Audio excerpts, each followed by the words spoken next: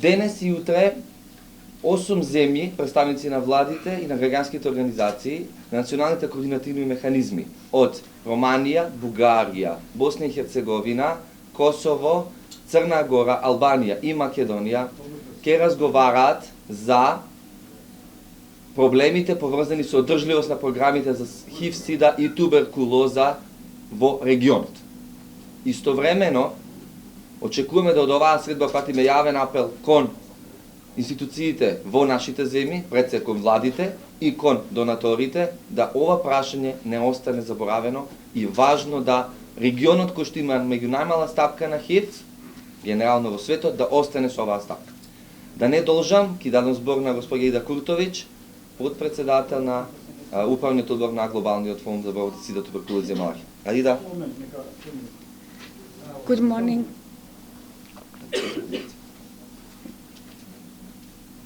Okay, can we?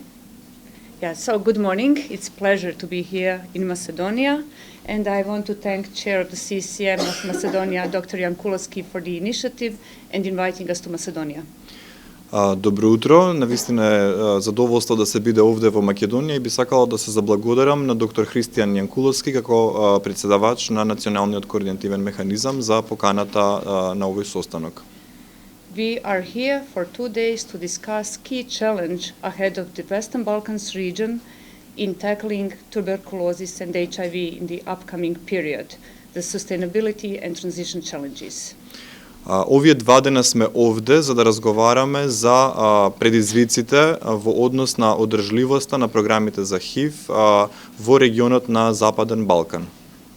We will discuss what Global Fund to fight HIV, AIDS, TB and malaria has done and will do to support the countries of the region, but also what governments and civil society and key affected populations must do in order to fight these 2 diseases in our region.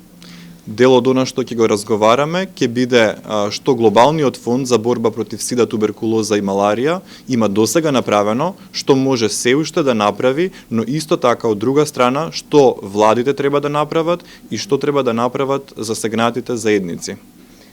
Governments of the region are funding response to tuberculosis and HIV, but we need to increase this funding, and not only to increase the funding, we also have to find a way to establish better cooperation between the government and civil society and community to fight these 2 diseases.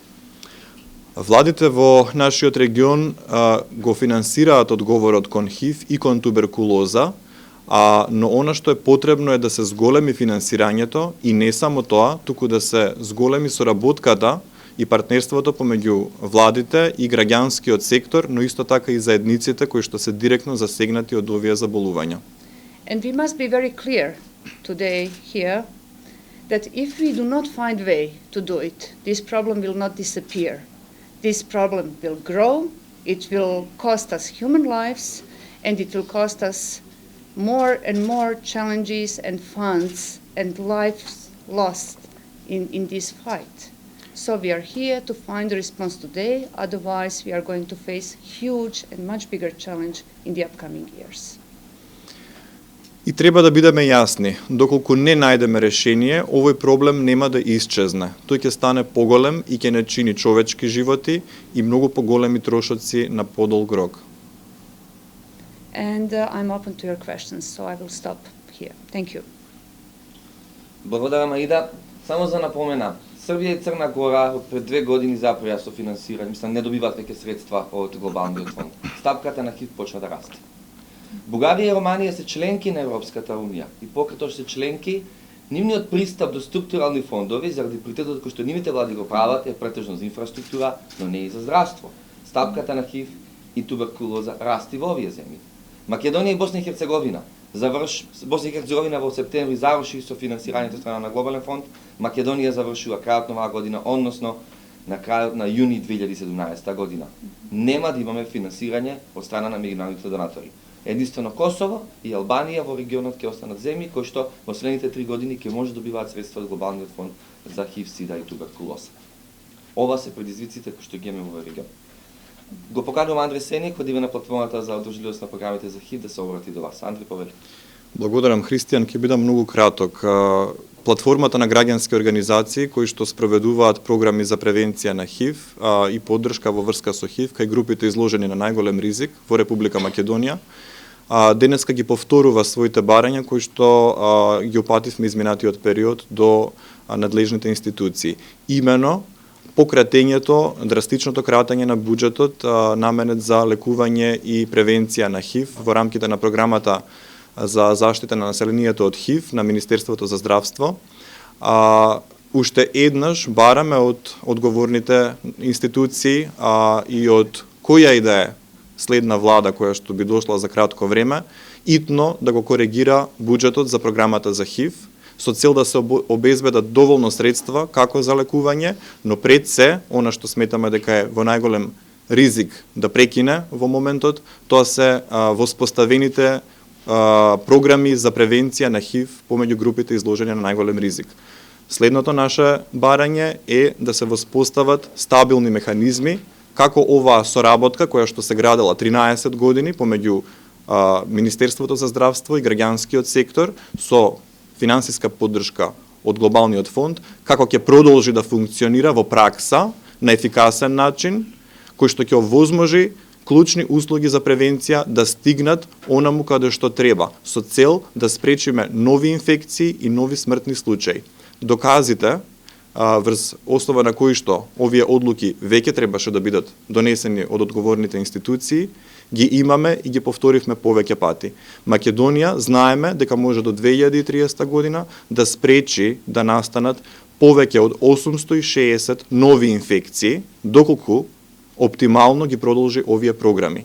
И 290 смртни случаи. 290 смртни случаи на граѓани на Република Македонија кои што можат да се избегнат.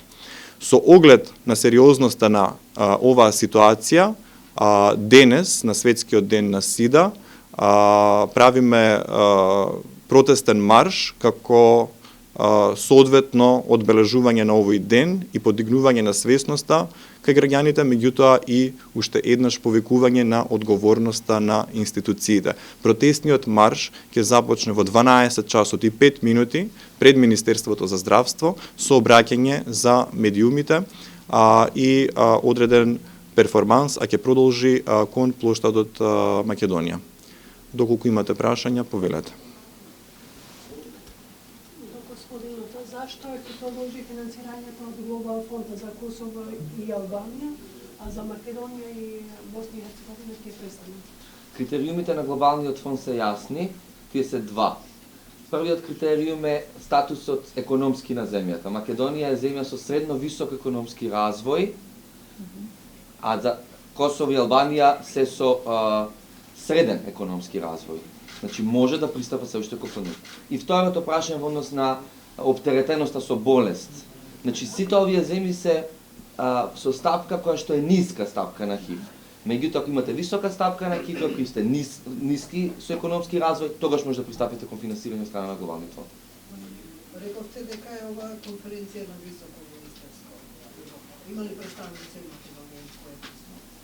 Значи оваа конференција на представници на влади, издружени на граѓани, од Министерството за здравство представник е само одделението за ХИВ-СИДА и представник одделението за туберкулоза. Официјален представник од Министерството за здравство нема. За колку според вас би требало да се зголеми износот на паричниот износ на програмата, за да имаме оптимална покриеност и на превентивните активности и на лековите за вирусните лекови? Програмата во моментот како што беше изгласана во собранието изнесува 27 милиони денари од буџетот на Република Македонија. Самото Министерство за здравство во текот на летниот период, додека се планираа буџетите, со експертски тим и во консултација со повеќе вклучени страни, клиниката, граѓанскиот сектор, самото пресмета дека се неопходни 65 милиони денари, зборуваме за 2017 година. Тие средства беа неопходни за покривање, пресметани за покривање на терапија за една година и за покривање на услугите за превенција за 6 месеци во 2017 година, бидејќи очекуваме, иако немаме колку што знам се уште финален одговор, дека првите 6 месеци од годината глобалниот фонд се уште ќе дозволи да дотрошиме заштедени средства од грантот кој што завршува сега во декември. Значи, оваа пресметка се однесува за цела година терапија и половина година превенција. Следната година ќе треба да имаме, се разбира, повисок износ на програмата за да се одржат услугите за превенција. Сакам да појаснам уште една работа од претходните дискусии изминатите месеци кога имавме протести. Министерството за здравство даваше образложение дека терапија е обезбедена за следната година со средства со набавката од тековната година. Тоа е делумно точно, навистина, лековите кои што се од овогодинешната набавка во моментот се пристигнуваат или се веќе стигнати на клиниката за инфективни болести и тие веројатно ќе покријат поголем дел од следната година. Меѓутоа, ние не смееме да си дозволиме да не буџетираме средства за терапија во програмата за 2017 година, бидејќи ниту знаеме до кога точно ќе траат тие залихи, па дури да траат до крајот на 2017 година, ние не можеме да ја почнеме 2018 без лекови, а тогаш допрва да почнуваме постапки за набавка. Ова беше нешто што сакав да го појаснам, бидејќи се создаде забуна неодамна.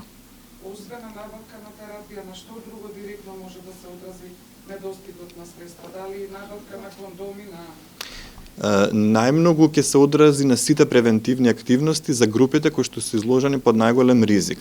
Тоа подразбира и средства за заштита како кондоми, како чисти игли и шприцеви за лица кои што инјектираат други, особено важната програма за ХИВ тестирање во рамките на заедниците на најпристапен можен начин, значи бесплатно, доверливо, анонимно, кое што е клучно за превенцијата, бидејќи денес знаеме колку порано се открие ХИВ инфекцијата и луѓето почнат со терапија. Самата терапија е превенција, бидејќи кога луѓето се на терапија редовно, тие и не можат да го пренесат вирусот. Значи, тоа се клучните интервенции кои што треба да продолжат, а доколку не продолжат, оние сценарија што ги спомнавме се очекува дека ќе следуваат. И ова не го кажуваме ние, го кажуваат експерти на Светската банка, кои што заедно со Министерството за здравство направија анализа конкретно за Република Македонија.